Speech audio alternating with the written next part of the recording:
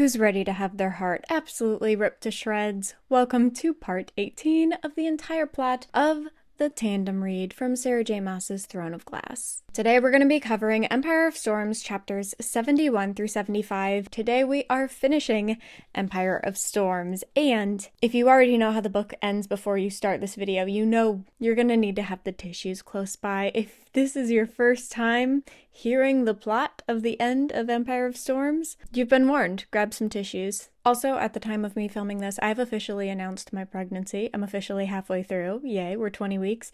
But that being said, you may have noticed in recent videos that I do get very emotional going through these. I do also get pretty breathless after some longer sentences, so I will do my best to edit out my gasps for breath, and I'll do my best to keep it chill. Anyways, let's start with Empire of Storms chapter 71. This is going to be in Aylin's POV as she is face to face with Maeve on the beach. Allied also has a blade to her throat, but of course in seconds Lorcan has arrived, and let's just say he'll do something about that soon. Maeve reveals, after Lorcan shows up, how she found them. And she waits until Lorcan shows up to reveal this because it has a little something to do with Lorcan. Do you remember, after the whole situation at the Stone Marches, they found what they now know to be the Witchmere. They were walking back to shore where they left their ships, and they saw all the Melisande ships, and they were like, oh my word, Erewhon's people found us. And then they saw the guards and the girl in the cloak, and they were freaking out, but then Aylin was like, guys, that's my friend Ansel, and they ended up being allies and we were all good. But remember, there was a moment where everyone else besides Aylin was freaking out because no one knew about this plan. Okay, this was unexpected for a lot of people. Lorcan panicked in this moment, and he sent a beacon, kind of like how Aylin did at Skulls Bay. Okay, he sent a beacon out to Maeve, begging Maeve to come and rescue Alid.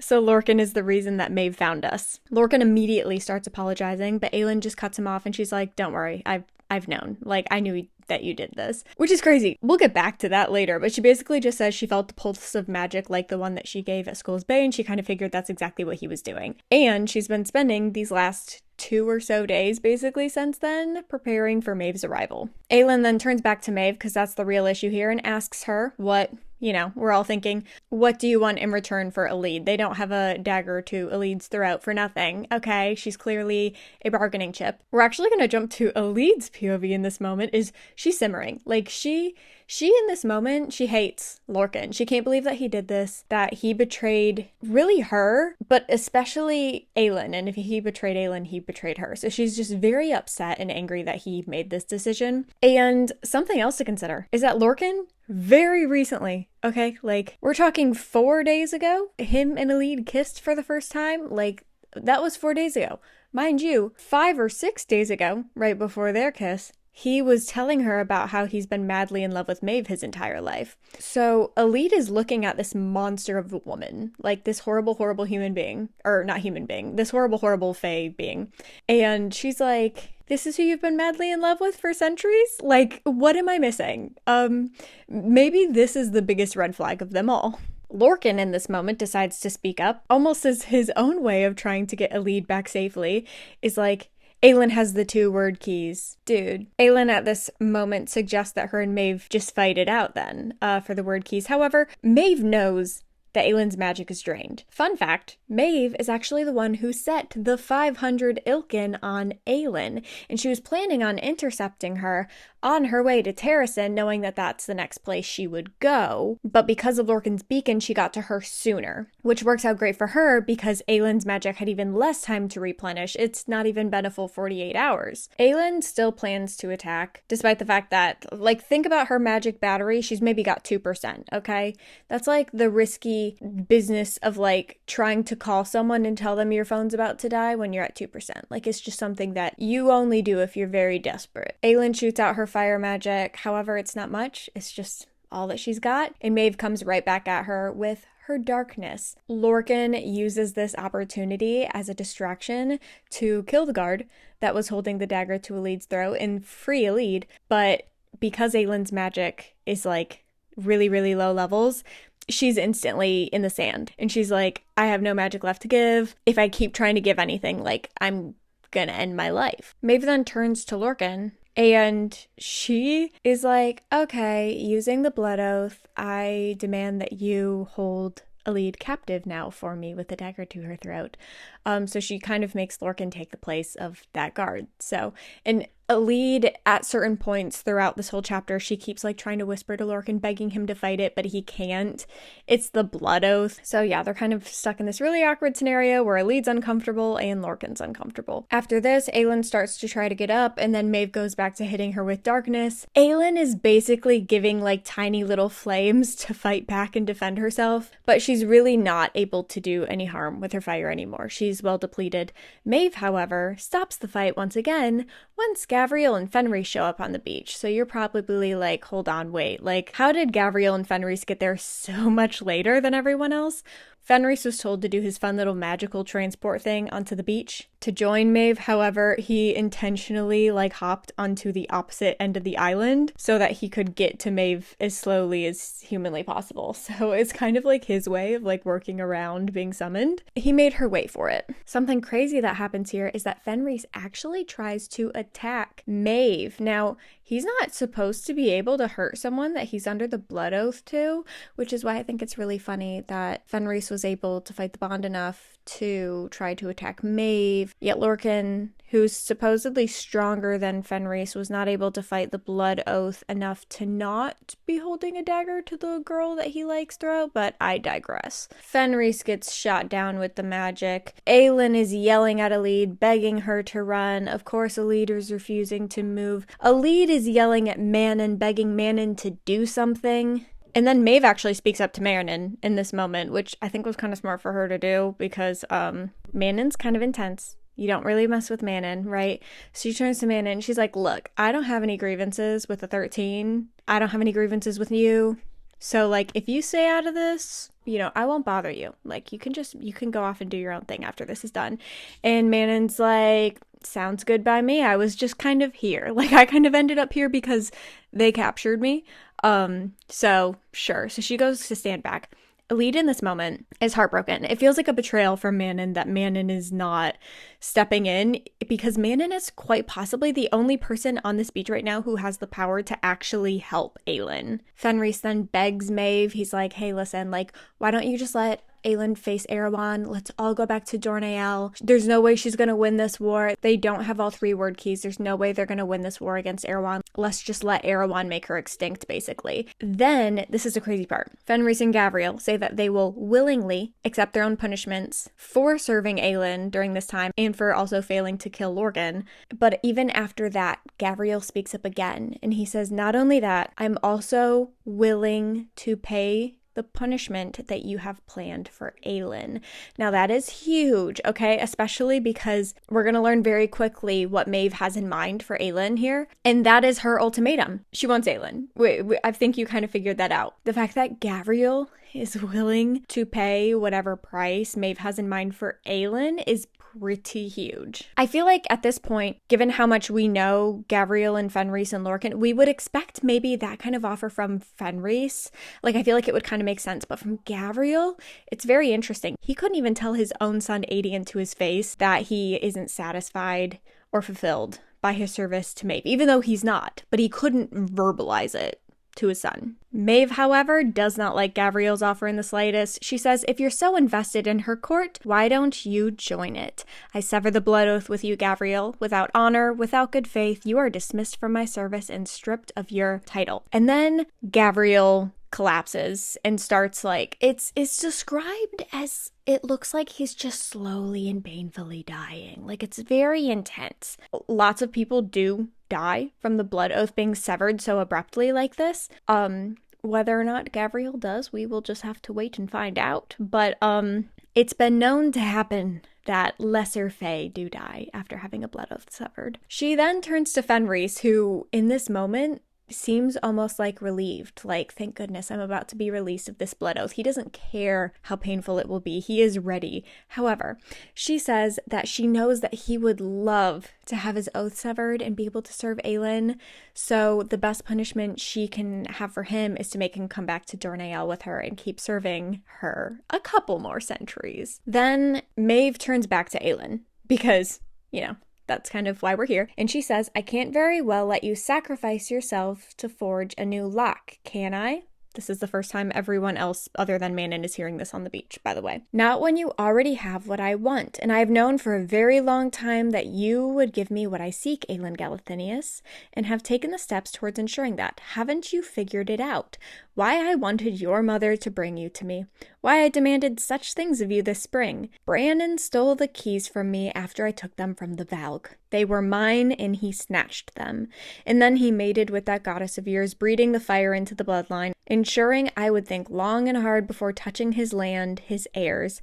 But all bloodlines fade, and I knew a time would come when Brandon's flames would dim into a flicker, and I'd be poised to strike. But in my dark power, I saw a glimmer of the future. I saw that Mala's power would surge again and that you would lead me to the keys. I saw who you were and what you were. I saw who you loved. I saw your mate. Prepare yourself. Aelin's mate is Rowan Whitethorn. Now you're like, hold up. How is that possible? Rowan already had a mate. You only get one mate. Yes. As for Lyria, Maeve explains the existence of Lyria. Basically, she faked the bond between Rowan and Lyria. Rowan had never experienced what the mating bond felt like before. Maeve knew that Aelin hadn't been born yet when Rowan had been around. And so she made it so that one day when Rowan saw Lyria for the first time, she could pull and kind of manipulate using her mind manipulation magic, something that would feel like a bond between the two of them, that they would firmly believe in this bond, and they would think that they found their mates for life. And then it's very strongly implied that Maeve had Lyria killed. Not confirmed necessarily. I think it could go either way, truly. Maeve either having Lyria killed to break Rowan, or the concept of when Aelin met Rowan, he would have already had a mate. Either way, it would have been really devastating. But either way, Maeve got what she wanted, which is when Aelin and Rowan met, even if they felt something, right, they would be in denial because Rowan either had or had lost already his one mate. However, we learn that Rowan assumed it was the Caranon bond this entire time. However, Aelin has actually been aware for a while now that Rowan is her mate. However, out of respect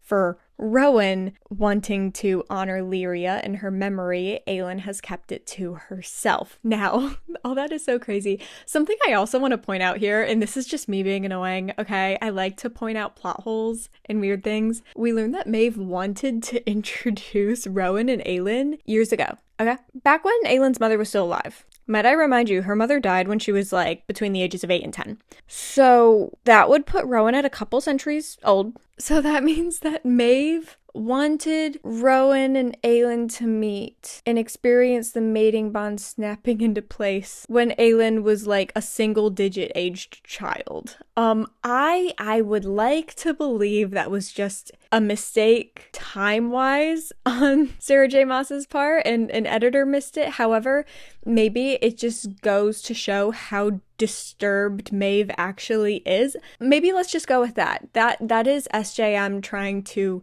show us how messed up and disturbed Maeve is. However, if you're so she was just playing with them, what was the point of all that? The point is that Maeve wanted Aelin to realize that she had a mating bond with Rowan, to fall so deeply in love with him, have that bond snap into place, and then because Maeve foresaw that she would collect the 3 word keys, that Aelin would then hand over the word keys for the sake of getting Rowan from Maeve. And that's also another reason why Maeve had Rowan under the blood oath, so that when Rowan and Aelin's mating bond did snap into place, she could say all right, I'll release him of his blood oath and you can have him so long as I have the keys. Now let's jump to when Aelin actually found out about this whole bond thing. So if you remember, back in Queen of Shadows, there was this moment after they rescued Lysandra where they were being chased by Manon and her 13. There was a moment where Astrid shot an arrow at Aelin, but Rowan jumped in front of her and it took him to the shoulder instead. Now remember, we talked specifically about Manon was shook by the way that Aelin screamed out Rowan's name. It seemed like a really odd detail at the time, but we did settle on it for a reason. It's because that is the exact moment that Aelin realized that they had the mating bond. That's why she screamed the way that she did. And if that wasn't a crazy information dump enough for you already, Maeve then continues to say, if it's any consolation, Aelin, you would have had 1,000 years with Prince Rowan. Longer, you're likely about 5 years from settling. Okay, we talked at the beginning of this book, back when they were in Skulls Bay and they ran into Fenris and Gavriel. They asked her if she was going to settle or not. Rowan has a fae lifespan, but as far as I knew, Aelin only had a human lifespan, because you don't know whether or not you're going to have that fae or human lifespan until you hit your settling. And your settling is when you just like stop aging like a human being and you start aging like fae instead. In this moment, we learn that she would have settled in her like mid to late 20s, which means that she would have been able to rule as queen for centuries and been with Rowan for centuries. Maeve then adds, perhaps we'll celebrate your settling together, since I certainly have no plans to waste you on that lock, to waste the keys when they are meant to be wielded, Aelin. So, this is where things get even more disturbing. We know that Maeve wants Aelin.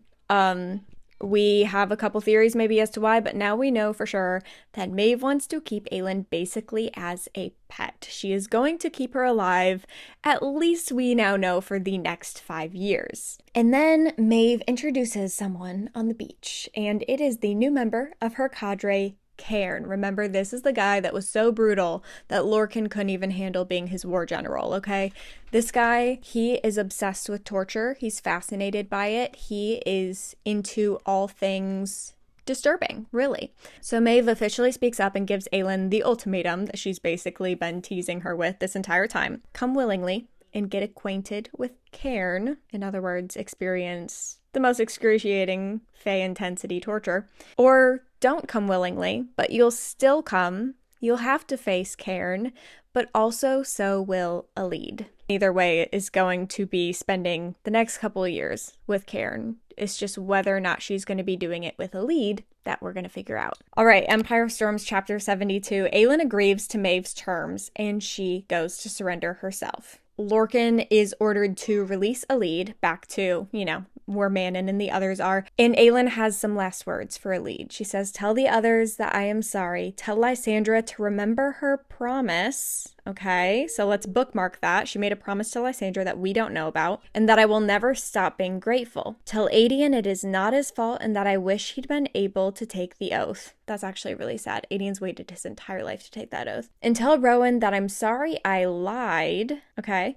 but tell him it was all borrowed time anyways. Even before today, I knew it was all just borrowed time, but I still wished we'd had more of it. Tell him he has to fight, he must save Terrasen, and remember the vows he made to me. Interesting choice of words, I think. And tell him thank you for walking that dark path with me back to the light. And then, lastly, she tells Elide, I'm glad we met, I'm proud to know you, and I think your mother would have been proud too. And then Aelin walks up to Maeve. Maeve forces her to bow, and there's like this moment, I wish I'd written down the exact words, but it definitely still haunts me, even though it's been like 4 years since I read this book for the first time. But it says that like Aelin forced herself not to feel it, not to let it break her soul. It's a very emotional moment, and like Aelin, who bows to literally no one, is now bowing to Maeve for the sake of saving Elide. And then Cairn is called over, and Cairn is ordered to whip Aelin 10 times. Now, this is insane for a couple of reasons. One, Aelin is no stranger to being whipped. Okay. She actually has a lot of trauma around being an endovier for a year where she was whipped regularly. Okay, so now think about that. Maybe that's the first thing that goes through her mind is like, not this again. But keep in mind, she was whipped by human men. Now she's going to be whipped by a centuries-old fae male who has literally studied the art of torture. So he knows how to make it especially brutal, right?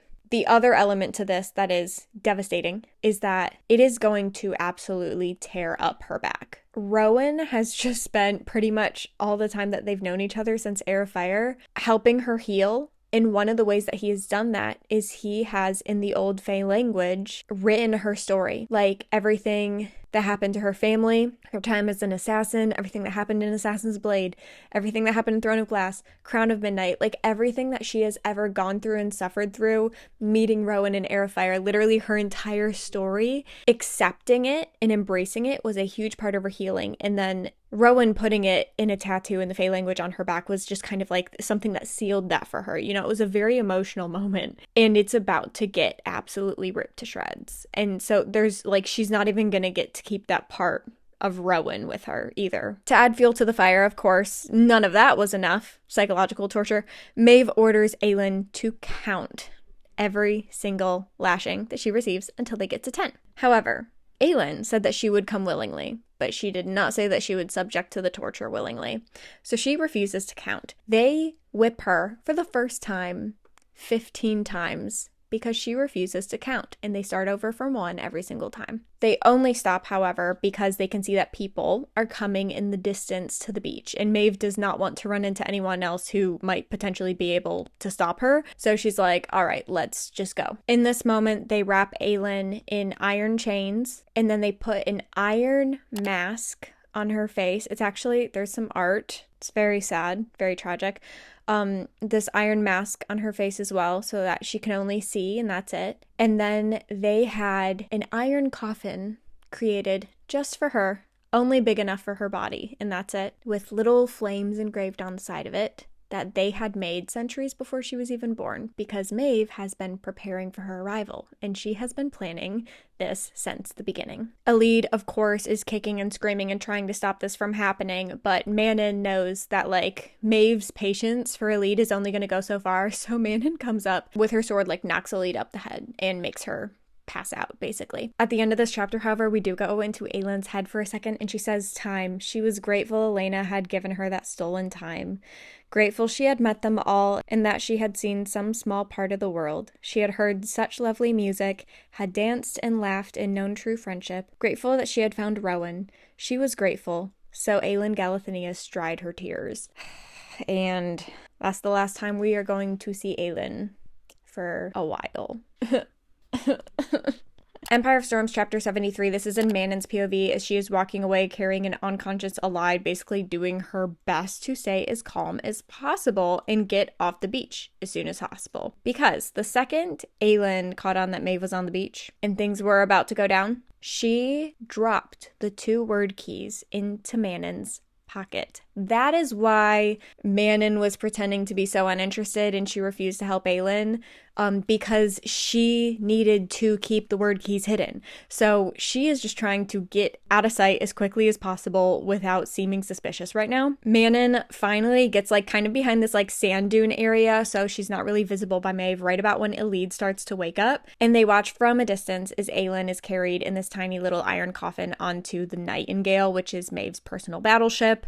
They can also see Gavriel still laying in the sand from when he had his blood oath ripped away. And then Maeve orders Fenris to board the ship. And then Maeve turns to Lorcan. And Lorcan is looking at her and he just says, I did it all for you. Everything I've done that you might not have liked, it was for your good. That's why I did it. I did all this for you.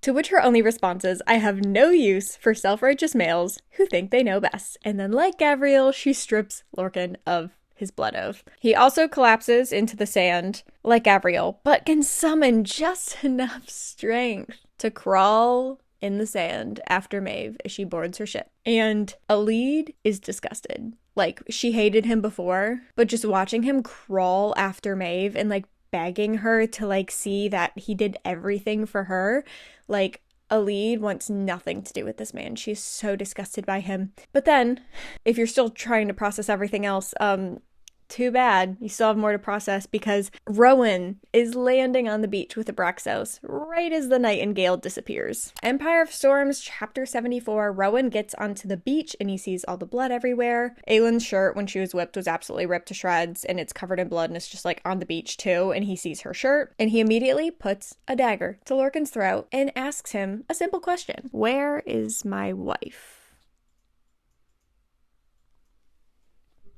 I'm sorry, what? Yeah, so Aelin knew that Lorcan summoned Maeve. Did not tell Rowan that she knew this was happening, and instead suggested that they get married. So they got Adian and Lysandra and the captain of the ship, because captains can marry people, and they did like a really intimate, tiny little marriage ceremony.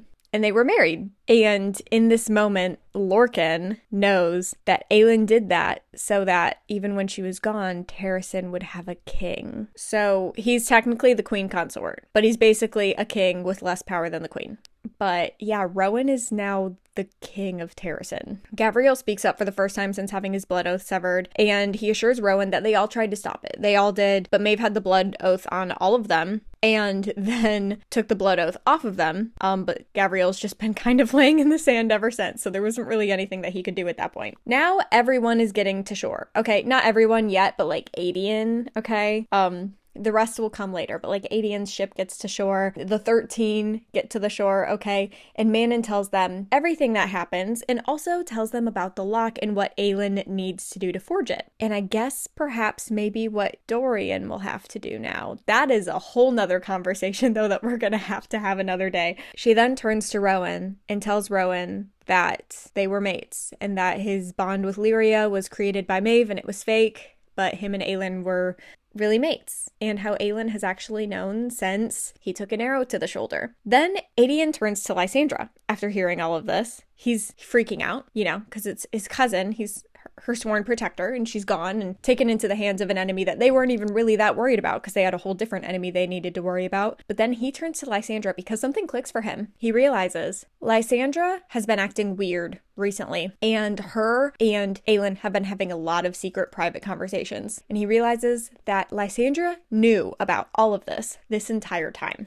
Aelin suspected for a while now that nameless is my price, the queen who was promised, you know, all of that most likely meant she was going to have to sacrifice herself by the end of this. So she asked Lysandra to become her and rule Terrasen in her place as her, without the people of Terrasen knowing that their queen was dead, and sacrifice herself for them all. Well, first of all, let's talk about that's a diabolical plan. Second of all, it's one thing to sacrifice yourself for your entire country, but to do it specifically and intentionally in a way so that no one would even know that you ever did it is like a whole nother level of selfless. I just really struggle to like fathom that. The more I think about it, the more like boggled I am. Lysandra also informs Adian that the plan, because Aelin didn't want Lysandra and Rowan to have children together against their will, because that would be weird.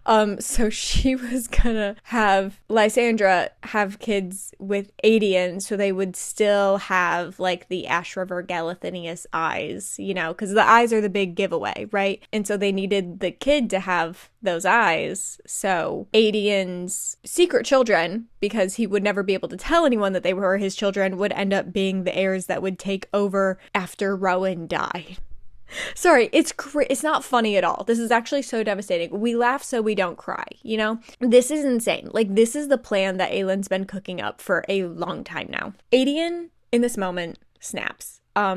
Snaps at Lysandra. In this moment, I believe he truly does hate her. Like, he is so unbelievably mad, and because they literally just decided, like, let's see where this goes. We don't need to put a title on it, but let's just promise to be honest with each other. Like, that was the one thing he asked of her, is like, let's just have an honest relationship. And she's been lying to him. And mind you, like, things that, you know, her queen asked her to keep a secret, so she should have. However, Adian also feels betrayed because he was supposed to be Aelin's right-hand dude. And all Aelin has been doing this entire series, really, has been keeping secrets from him, and this is yet another secret she was keeping from him, and it was probably the biggest one yet. Rowan hears enough. He's overwhelmed. This is a lot to process for him. He's just lost love of his life to the nightmare of his life, and he's finding out now that he is gonna have to rule this country without the love of his life and pretend to be in love with her best friend, who's gonna, by the way, look and sound like her for the rest of his life. So he's gonna have to look at her and be reminded of her. So it's just like, that's a lot, okay? So he's gonna go off to the beach, and he deserves a moment alone to think.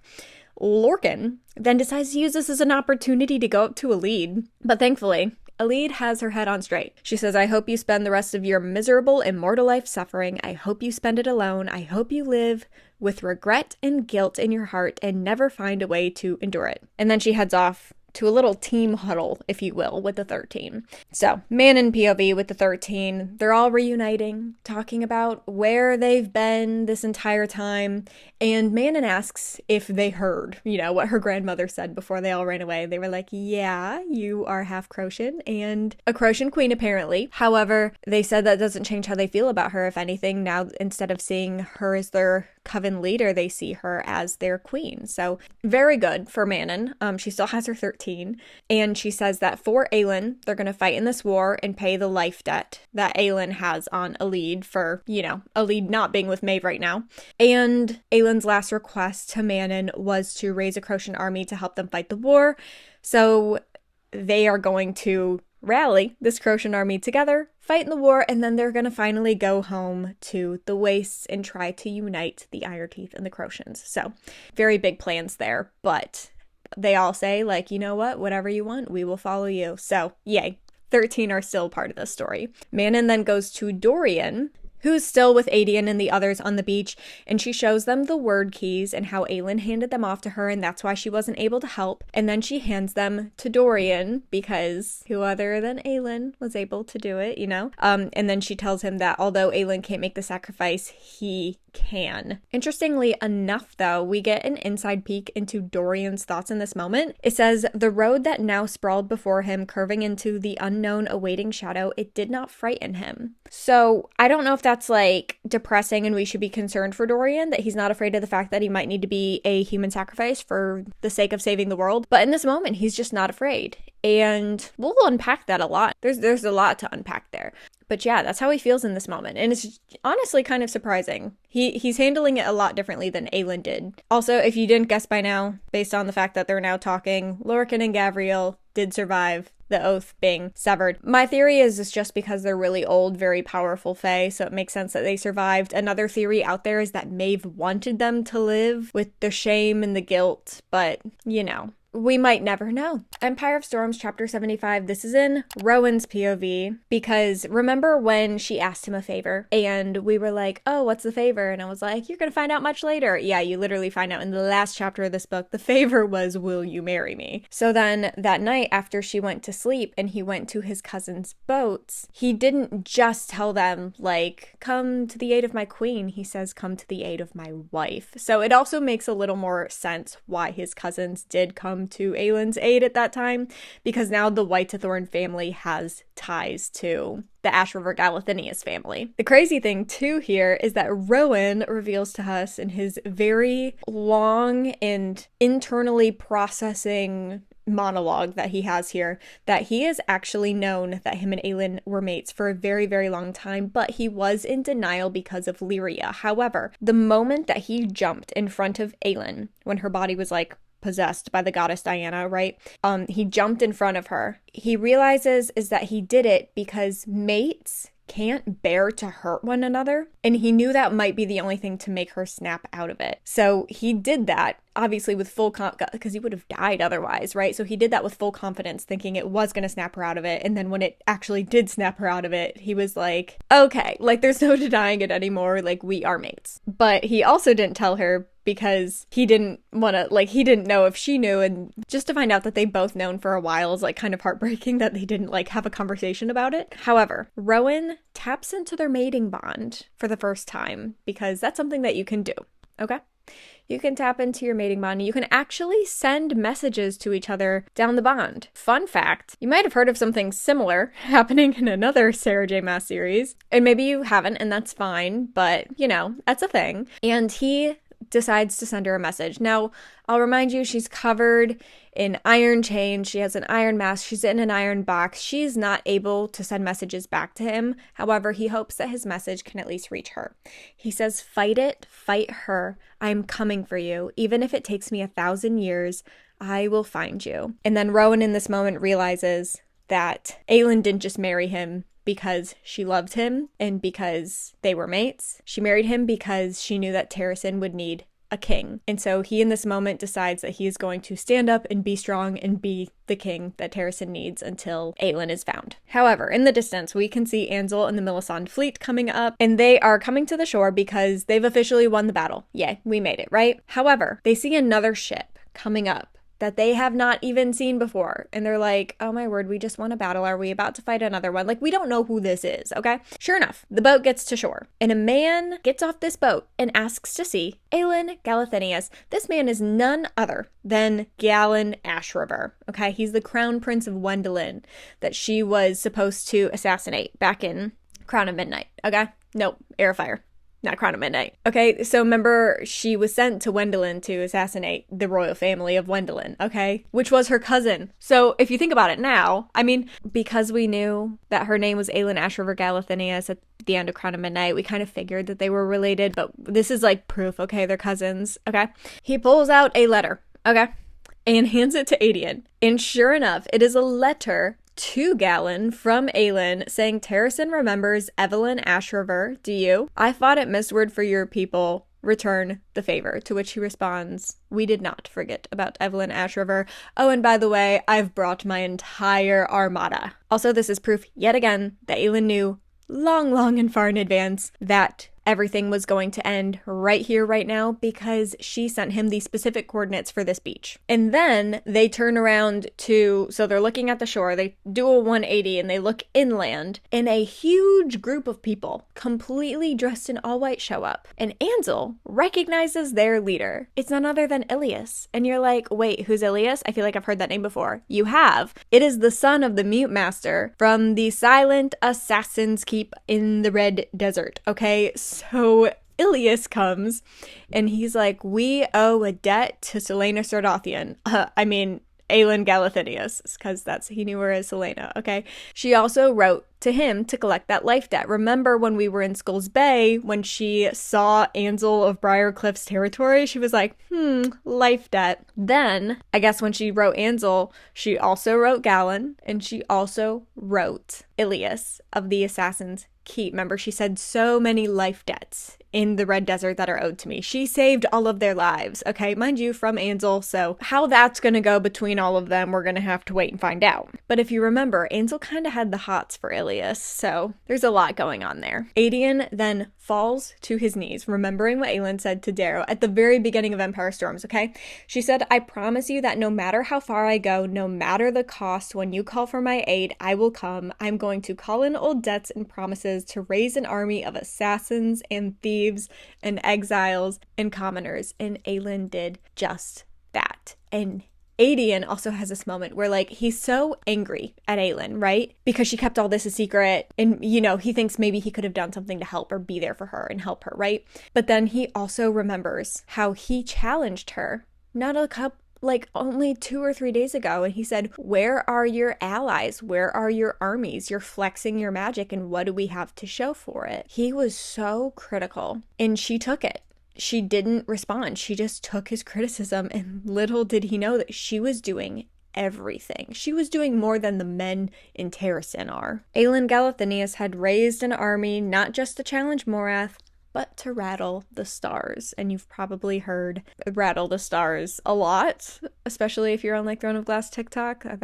This is one of the parts where that comes from. And then the crazy thing is that Rowan hears Aelin's voice. He's not imagining things, but she's also not here. Lysandra, when everyone showed up privately and out of sight, shifted into Aelin's form. And so now Rowan is looking at Aelin, and he's realizing in this moment, holy snap, Aelin is as good as dead, right? With Maeve, and I now have to look at this woman knowing that it's not actually my mate and the love of my life, but it looks and sounds just like her. That's a lot to handle, okay? She turns to all of her new allies, thanks them for coming, and basically says, all right, let's head to the north. And before she goes off with them to talk about the logistics of everything, she then turns to her husband, in other words, Rowan, and she gives him a job. And she doesn't exactly spell out what this job is, but he knows exactly what she means. His job in this moment is to actually go off and find Aelin. So although he is the king of Terrasen, because Lysandra is taking Aelin's form now, that leaves Rowan free to hunt down and find Aelin. Lorcan and Gavriel step forward and they say that they want to help him find Aelin. And then Alide steps forward and she also informs them that she is going to help them find Aelin. Now, I have a ton of thoughts about this. I could talk about this for so long. I have so many thoughts. However, I think they are best saved for Kingdom of Ash because I can't really get into my reasonings for my strong opinions on this specific moment without the proof that comes in Kingdom of Ash. So we will save that conversation. We will bookmark it, put a pin in it, and we will come back to it later. But Alide is going to be joining Lorcan and Gavriel and Rowan in finding and rescuing Aelin. Aedion is going to be going with Lysandra in her Aelin form up to the north because Rowan tells him the lines have to hold by whatever time you can, brother. So basically, Aelin's rescue team is going to be hunting for Aelin. Aedion and Lysandra are going up to the north to start the big war with Erewhon, and Rowan is basically going to try to rescue Aelin and bring her to help in the war as soon as humanly possible. These are two very intense timelines where every second counts, okay? So it's going to be quite stressful jumping between those two plot lines during Kingdom of Ash, but we will do it. As for Dorian, Dorian has decided that he is going to join the witches on their hunt for the Crocians. Now, this is actually very, very smart on Dorian's end because he is the only person, if Aelin doesn't come back, who can forge the lock. So Dorian needs to have the word keys with him. Rowan and his crew will be going in the direction of Maeve. Aedion and Lysandra and them are going to be going in the direction that Erewhon is eventually going to be coming. However, those are the two people that we need to keep the word keys the furthest away from. So it makes the most sense for Dorian to go with the witches because that makes sure that the word keys stay as far away from possible as those two people. And that is the end of Empire of Storms. We will finish off the rest of Tower of Dawn in the next episode, episode 19, which is also the last episode of the entire plot of the Tandem Read. I will also say that usually I take a short break in between books. However, I promised you guys that I would try to finish the entirety of Throne of Glass by the end of 2025, so I am busting my butt and jumping immediately into Kingdom of Ash, so you should not have to wait very long to get part 1 of Kingdom of Ash. That being said, if you are not caught up, you absolutely need to. This playlist is the absolute best place to do it, and of course you should subscribe so you get notified whenever I post the next episode of the entire plot.